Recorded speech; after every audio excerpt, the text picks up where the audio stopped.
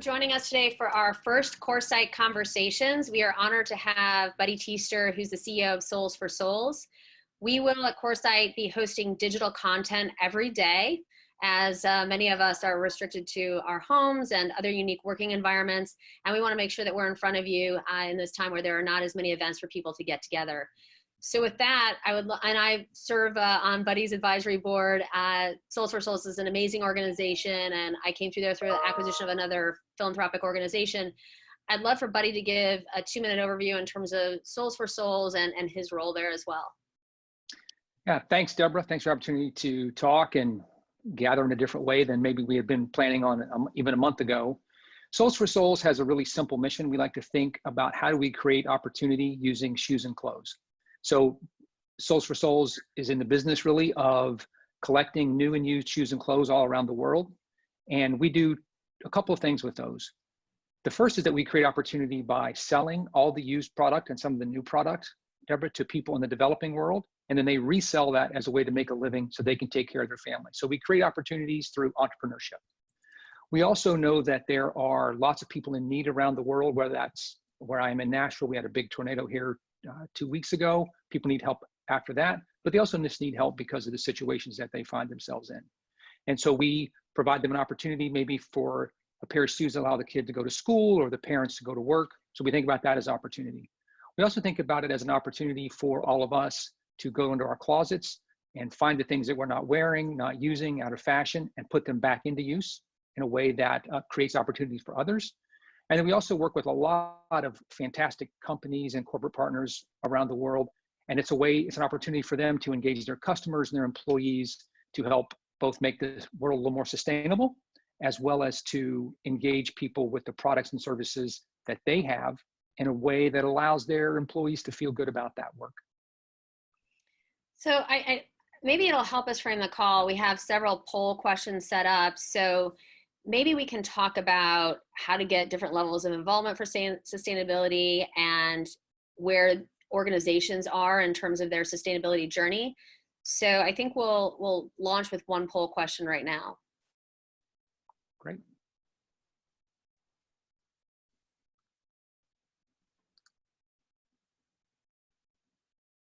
So the number one question is, how important is sustainability to your organization? Where are your company's sustainability efforts most focused? And how important is this to your customers? And, Buddy, it'll be interesting to kind of see what the results are. But, Buddy and I were just down at the AFA Leadership Summit in Washington, D.C. about 2 weeks ago. And I don't know about you, but I was very surprised that really the theme that held all of us together was sustainability. And it's, if I think about it, right, retailers are incredibly competitive, but there's two topics, right, that cut across really all organizations, and that's sustainability and cybersecurity. And in the retail world, we have something that we can do on the sustainability front. So this to me was very positive. I don't know what your thoughts were. Yeah, there was a phrase that got used a lot there, Deborah, that I'd never heard before, but made a lot of sense and ties into exactly what you said, and that is sort of pre-competitive cooperation. And I think that's a great way to think about it. There are, and it's reflected in the questions in the poll, but there's a lot of stuff that's required on the supply chain side around materials and chemicals. And so that has to be addressed. There's a lot around the labor force that's got to be addressed. Soles4Souls mainly is on the sort of consumer side. What do we do to help companies in particular after they've made the stuff to be responsible and to treat that sustainably in a way that maybe they've not thought about before? But I see tremendous efforts all across those three different ways of thinking about sustainability. I think that was another theme from the AFA meeting was there's definition of sustainability, right? There are so many ways to think about it. Some of that is around, we're meeting the requirements and that makes us sustainable. And other companies are taking it. Patagonia is a great example. They spoke at the AFA conference. It's just baked into who they are and everything that they do. So I think that makes it a challenge, because there's not a standard or a sort of a good housekeeping seal of approval around sustainability that everybody agrees on. But I think the fact that companies have all these different ways to address it is hugely important. Great. So I think that what's interesting is that from our poll results, we've seen that 64% of organizations consider this to be critically important. 32% we aim for compliance, and kind of 5% not on the radar. It's been an interesting journey for myself in 2020 as we at Coresight are trying to focus more on this topic, and talking kind of tete a tete with some C-suite executives. They're like, it's like number 150 on my list, right? There's so many other things happening, and I can only imagine right now the challenges that they're facing, that it really isn't as high on the list as you would think it would be. It was interesting. We spoke to a recycling tech company, like a whole new area, right, of technology. And they were talking about, hundreds of thousands of dollars that they could give back to organizations. They're working with Georgia Pacific as they're recycling cardboard. And so recycling and sustainability, they don't always have to cost an organization, which I think has been the perception. And Buddy, maybe you can just kind of talk about how, you get the tax write-off, et cetera, as people are kind of, giving back and, kind of doing well by doing good. So I'll talk about the two ways that we work, and there are other people, I hope you bring them on, who are a lot smarter about the labor and the sort of chemical, water, material side, because that's not, I don't know anything about it.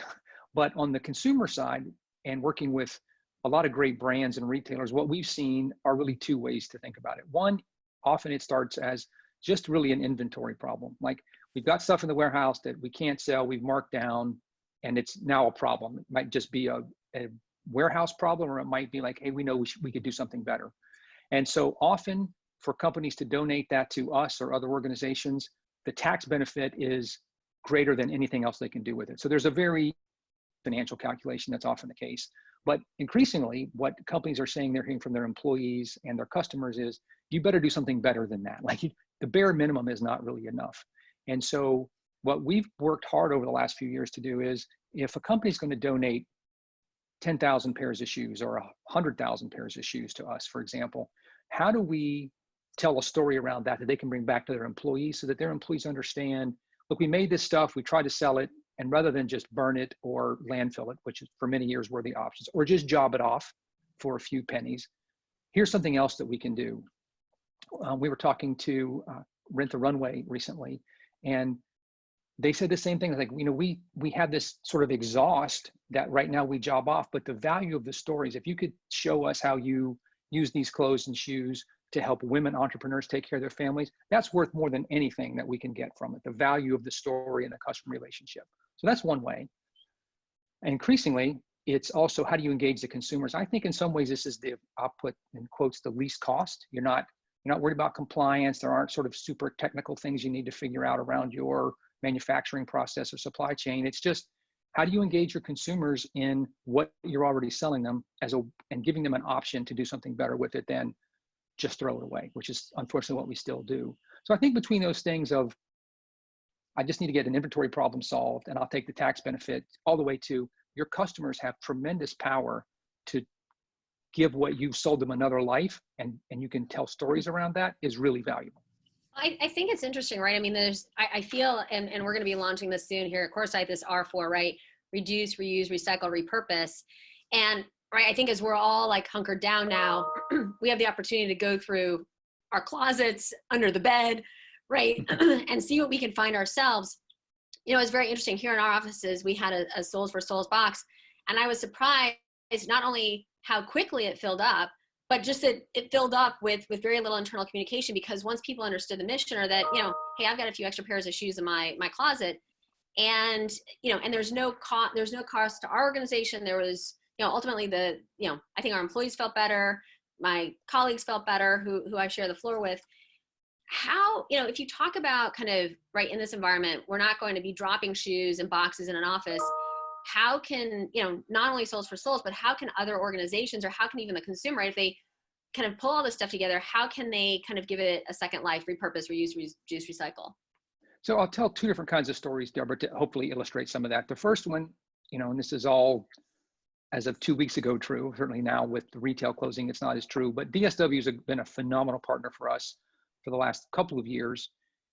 And this whole sustainability thing started a little bit internally, but their customers came to them and said, look, we have a problem. We like buying shoes from you, but we feel guilty that we still have a closet full of shoes. To go buy more feels kind of wrong, but we want to buy more because we like that, and we like the shoes and like how we feel. So DSW came to us and said, hey, we're working together some, but what more could we do?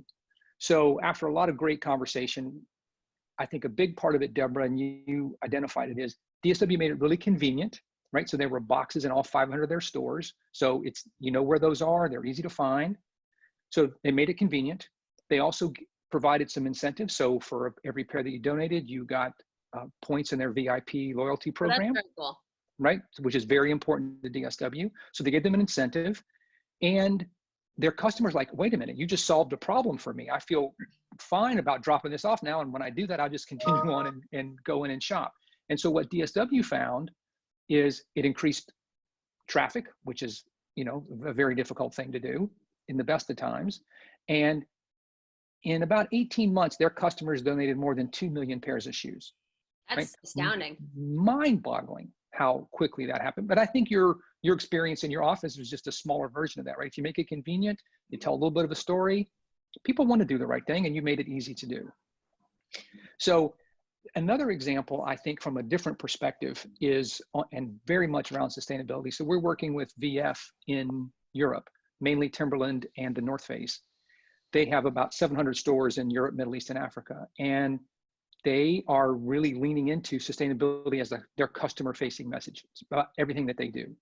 And by having a drop-off in every store, they built really nice drop-off bins that are branded with them and Soles4Souls. We did some work on the back end to make it easy for each store to ship.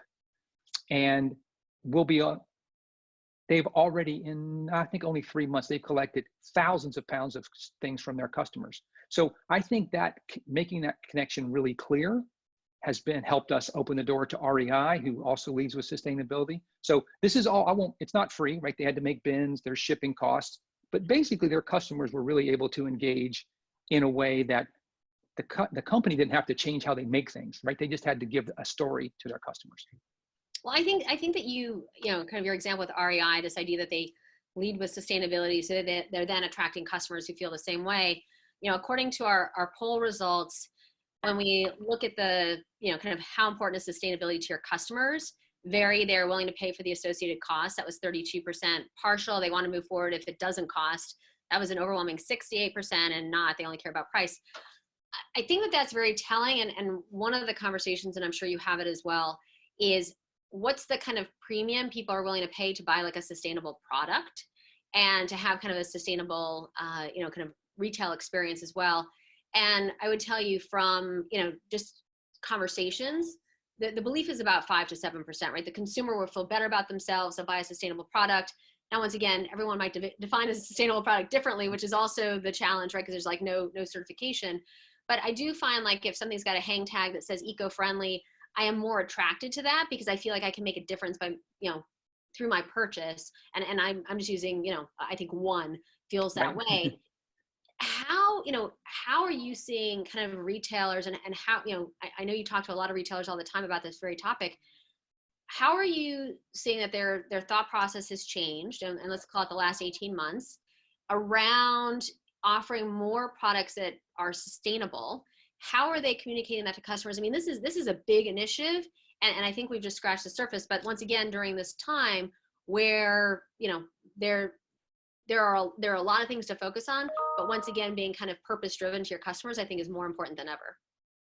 Yeah, and I think, Deborah, it's an important point because not everybody we work with on the retail or corporate side is leading with sustainability, right? Sometimes that's not the message to their customers. So we work with a terrific brand, Third Love. They make bras and underwear, and they have they've just built a terrific company in a short amount of time. And so they have a great relationship with their customers. And so our connection to them is much more around empowering women to do things in their local communities, right? To be able to send their kids. So sustainability is not a part of the message, but what they're really doing is connecting with women who are supporting women, right? So I think finding a kind of partner who allows you to find the story that supports what you do is really critical. You know, if all we had was sustainability, maybe Third Love wouldn't be such a great partner, but because we can say, look, we're keeping stuff out of landfills, which is important to you and your customers, and we're bringing you stories and pictures and videos of how this is helping women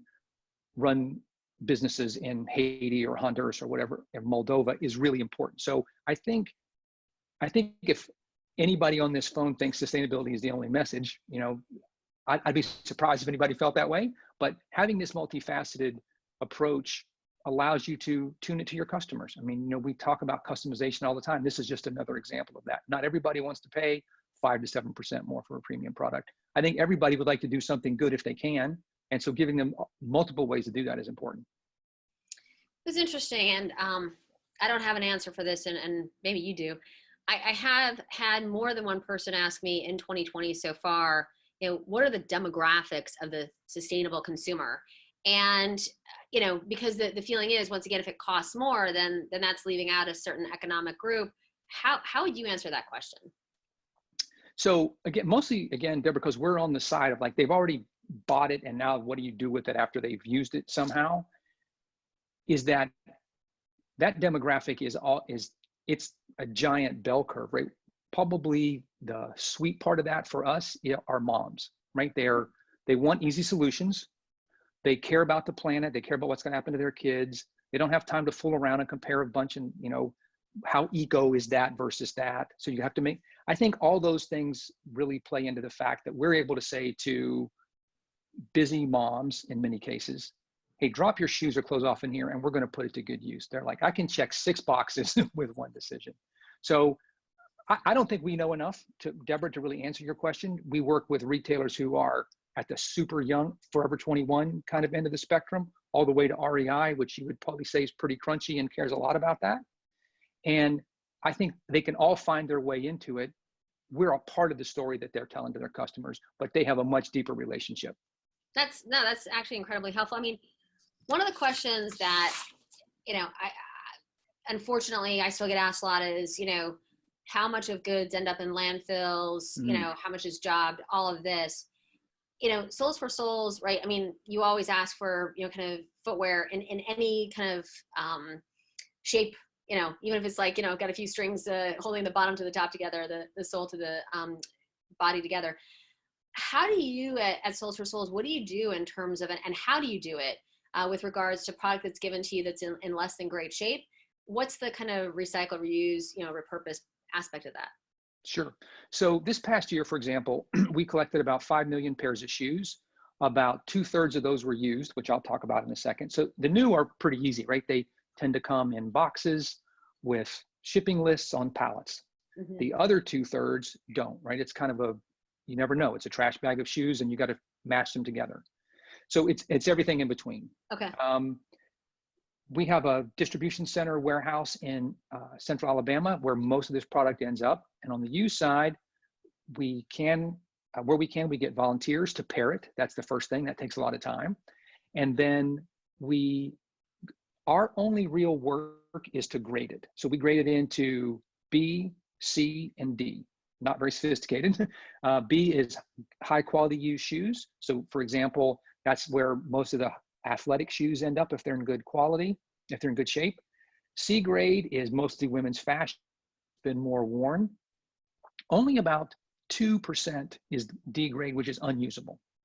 And so over the last, and so when we put those used shoes into microenterprise, which is where we sell into developing countries to entrepreneurs, we sell based on the grade. So it's pretty straightforward and easy to understand all the way around in that transaction. The D grade, what we have just started to move to is incineration. People on this phone will know probably much better than I do that recycling shoes is really hard. Like nobody's figured it out because of the materials and the glues and everything. It's just really hard. So we've decided that the best thing that we can do with that's unusable is to incinerate it. So we found a facility in northern Alabama that turns 100 pounds of waste into 10 pounds of ash. The rest is incinerated. And what comes out of the top of the stack is 99.5% clean, right? So we feel like that's the best example that the company's called Covanta. They're global. They have a global footprint based here in the US, public company. We feel really good about that.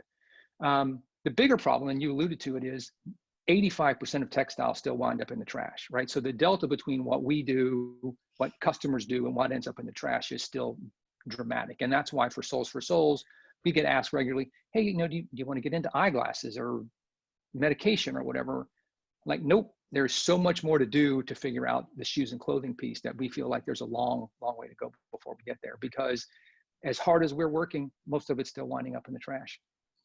So I want to encourage all of you, we're going to keep these calls pretty tight at 30 minutes. So we start about 1:05, we'll end at 1:35, because I want to be respectful of everybody's time. And we are going to be having Coresight Conversation calls 4 days a week, and we all on Fridays have Coresight Classroom. So we just, we want to adhere to the format. If any of you have questions for Buddy, because they've actually been streaming in, just chat them to me. But I'm going to start at the top, Buddy, and we'll work our way down, and we'll get to as many as we can in the time we have allotted. As personalization increases in the apparel and footwear business and mass customization becomes more mainstream, don't you think there will be a big pressure on the overall supply chains as production costs may increase if, let's say, shoe manufacturing is increasingly confronted with reduction in size of production batches? I've only been around footwear for 7 years, so there are people on this phone probably who've 3 or 4 times that kind of experience. All I know is I came here, and that doesn't seem to be the case yet. Some of the examples of trying to be more customized and more personalized haven't scaled very well. I hope we get there. I think there are lots of reasons for the planet and for our personal shopping satisfaction to get there. It doesn't seem like it's going to be in the really near term. And I guess the other side of that is, for us, there's still going to be people who buy shoes and they don't wear them anymore. So we don't see that diminishing very much.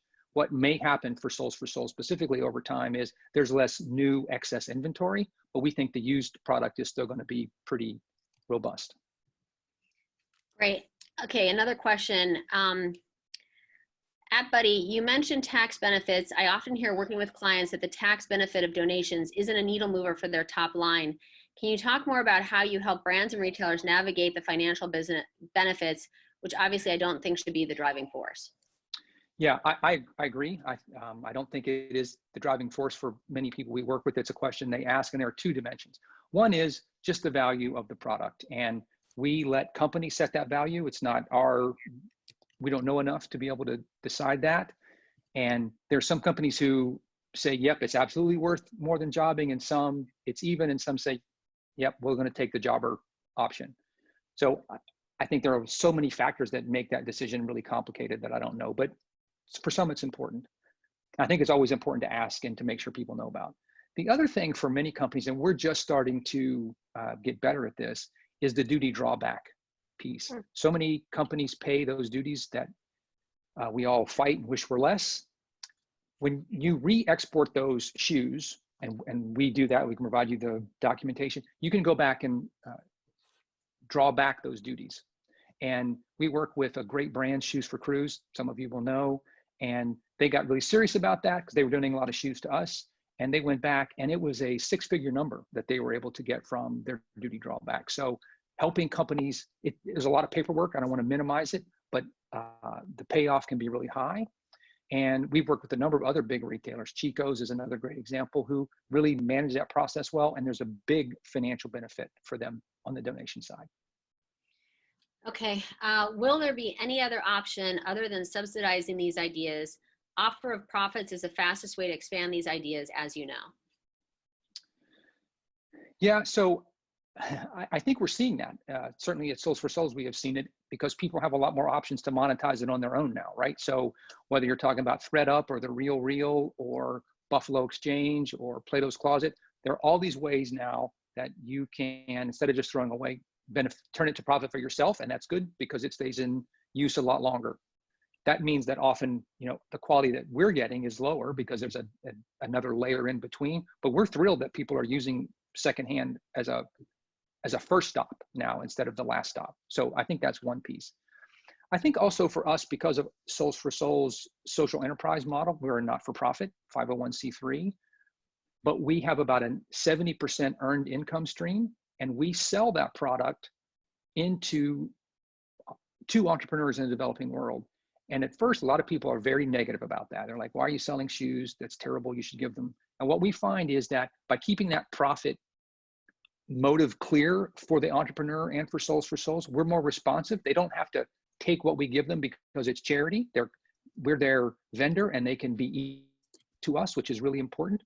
But it also means that we only provide them the things that they want and can use in their communities. We don't dump product in there, which I think does happen. And I agree 100%. Keeping that profit piece in there is really critical to Soles4Souls' ability to really be responsive to entrepreneurs.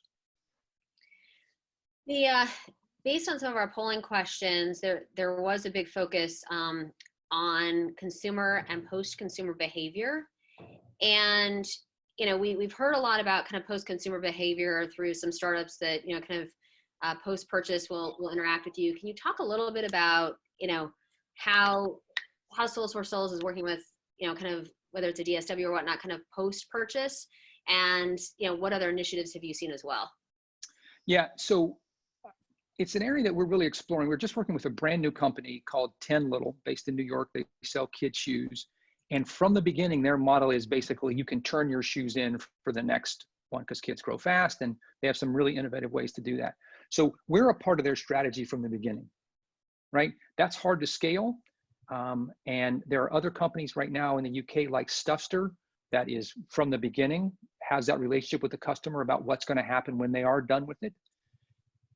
I don't really see that happening in the US yet. I think there's a really different regulatory environment that makes what's happening in the UK and Europe more feasible and will happen faster. But we're just so new into that, Deborah. I don't have that much to say other than I think it will be, for some part of that curve, a very interesting option. You bring up something that's very critical to those of us on the line. What can we learn from the UK and Europe as it relates to sustainability and some of the initiatives that, whether it's, retailers and brands, whether it's the consumers, but what has resonated, what has worked, and maybe what hasn't worked? So I just was on a call like this a few weeks ago with the Ellen MacArthur Foundation, and they had a guy from the EU. Their focus on the circular economy is comprehensive and pretty cohesive. And I think in the next, I don't know exactly the time frame, 2 to 5 years, you're going to get basically taxed for getting rid of your apparel if you throw it in the trash in a totally different way that is going to, I think, dramatically change how people think about what they put trash instead of back into the supply chain somehow. I don't see that happening in here anytime soon. But when you can put a cost on this, and now it's not just what you should do, I think it will change people's behavior really quickly. And I think they're probably 5 to 10 years ahead of us on that. So, but at some point, I think that will happen here. There's enough people are running out of landfill space. People do want to know what the true cost, which is a great movie, by the way, if anybody hasn't seen it, a documentary about the apparel world, The True Cost. People want to know what that is. And only, back to the question earlier, only when you put a dollar figure to it will people, I think, will enough people take it seriously. And I think that's coming. Yeah. All right. I have one last question from the audience, then I've got one last one, and then we'll wrap up. What process or technology do you use to grade the shoes, and is identifying the provenance of the shoes important? It is super low tech. It's just trained people who would get experience over years and feedback from the entrepreneurs. It's totally manual. There is no technology in the way other than kind of how we move it down a conveyor belt. So I don't know if that's an opportunity or not, but it's super low tech right now. It's a great question, right? Because if you think about, some of these companies that are reselling, right, in terms of how they value merchandising, right, there's also challenges around authentication, whether it's, transparency in the supply chain, traceability. I mean, there's a lot here, right? And what would be interesting, right, is if, and this is something a lot of people have talked about, if when you buy a garment, if you know kind of either its resale value or it's like repurposed value, and assuming kind of a certain amount of wear, right, then I know if I keep this pair of shoes for 12 months and I then, kind of drop it in the DSW bin, right, there's this kind of life left in it or something like that. I mean, if we have math, right, around some of these things, right, and we can make better decisions as consumers, it could really change, right, the whole economy, circular economy as well. But it's a great question. It's really interesting. Yeah, and on the provenance question, I think it's also a good one. So for used shoes, we don't. It's not really a way for us to do that. But on the used shoes, a lot of companies who donate product to us, especially in the US, say, look, you can't use it here. We don't want people to return it to stores or sell it online and somehow get in the way of their brand or their commercial relationships. And so we do a lot of work to make sure that if a company says, hey, it can only be used in these countries or anywhere but these countries, that we spend a lot of time and energy making sure that happens. It's, again, mostly manual, but the provenance piece on that side is really critical, just not so much on the use side. I will say one other thing, Deborah, if I could, that back to sort of between consumer and supply chain, that has been really interesting. So working with a lot of footwear companies, they have lots of samples that don't, one shoe goes to the East Coast, one shoe goes to the West Coast, and you never match them up. So what companies are doing now are sending them to us, and we're matching them. So instead of like a problem for your sales rep, she's got it in her garage or it goes in the trash, we take stuff that is basically almost no value and turn it back into a new pair of athletic shoes, which has got a lot of value for somebody in Honduras or Zambia or whatever. So that's another interesting way that's sort of in between, right? It's not that visible to the customers, but for a lot of these companies, it's a big environmental problem that we can help solve.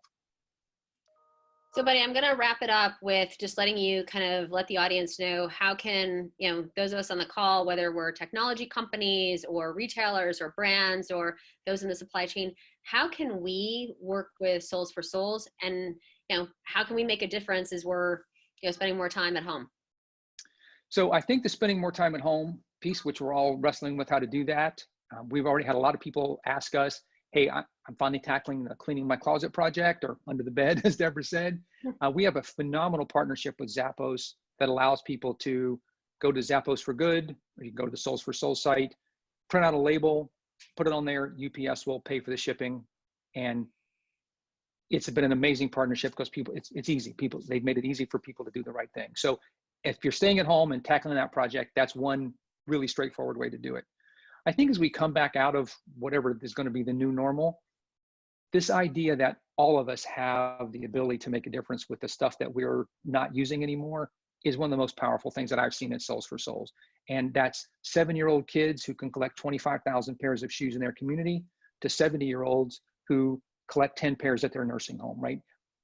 So we all have this individual ability, but companies also have an incredible way to engage their employees and their customers in this mission. And so whether that's directly through dropping off shoes or traveling with us, there are all these ways to really understand in a hands-on way what that means. And we'd love to help people understand that. That's great. So thanks, anyone. You can find Buddy on LinkedIn. I can easily connect you, but we want to thank you, Buddy, for your insights and letting us know how we can all make a difference and live more sustainable lives. For those of you on the line, thank you very much for joining us for our inaugural call.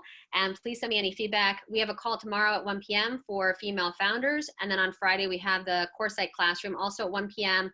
Where we will be discussing global cross-border healthcare and e-commerce. Thank you very much, everyone, and look forward to having you on our upcoming calls. Thank you, Buddy. Right.